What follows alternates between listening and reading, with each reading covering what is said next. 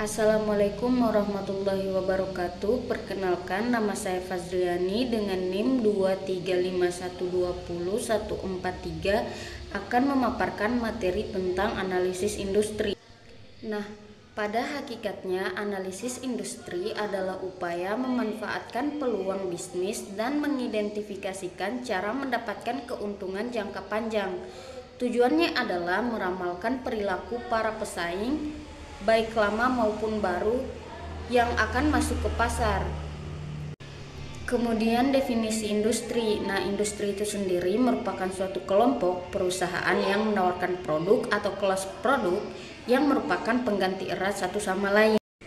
Lanjut ke pentingnya analisis industri. Nah, analisis industri merupakan tahap penting yang perlu dilakukan investor baik untuk meminimalkan resiko maupun untuk mengidentifikasi industri yang mempunyai prospek yang menguntungkan.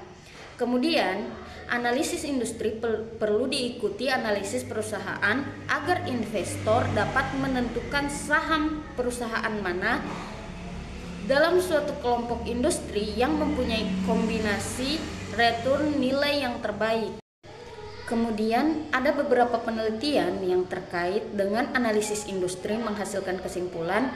Yang pertama, industri yang berbeda mempunyai tingkat return yang berbeda pula. Kemudian tingkat return masing-masing industri berbeda di setiap tahunnya.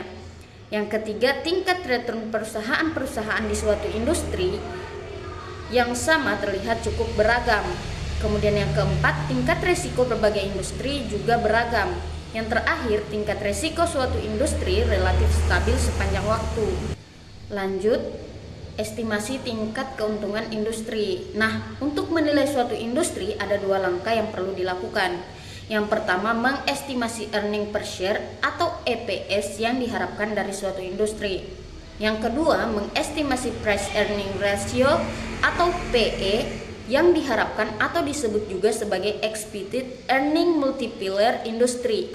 Kemudian yang terakhir, saya akan membacakan kesimpulan dari PPT saya, yaitu analisis industri merupakan kombinasi antara ekonomi industri dan strategi pengetahuan tentang pasar yang sedang mengalami pertumbuhan atau penurunan jumlah barang. Semua perubahan pada kebutuhan konsumen merupakan persoalan penting yang menjadi beberapa faktor yang perlu dipertimbangkan secara matang oleh seorang pengusaha dan melakukan penganalisisan suatu industri. Memaksimalkan layanan yang disediakan untuk kepuasan konsumen juga merupakan tujuan utama dari perusahaan. Mungkin itu saja dari saya. Sekian, lebih dari kurangnya saya mohon maaf. Saya akhiri. Wassalamualaikum warahmatullahi wabarakatuh.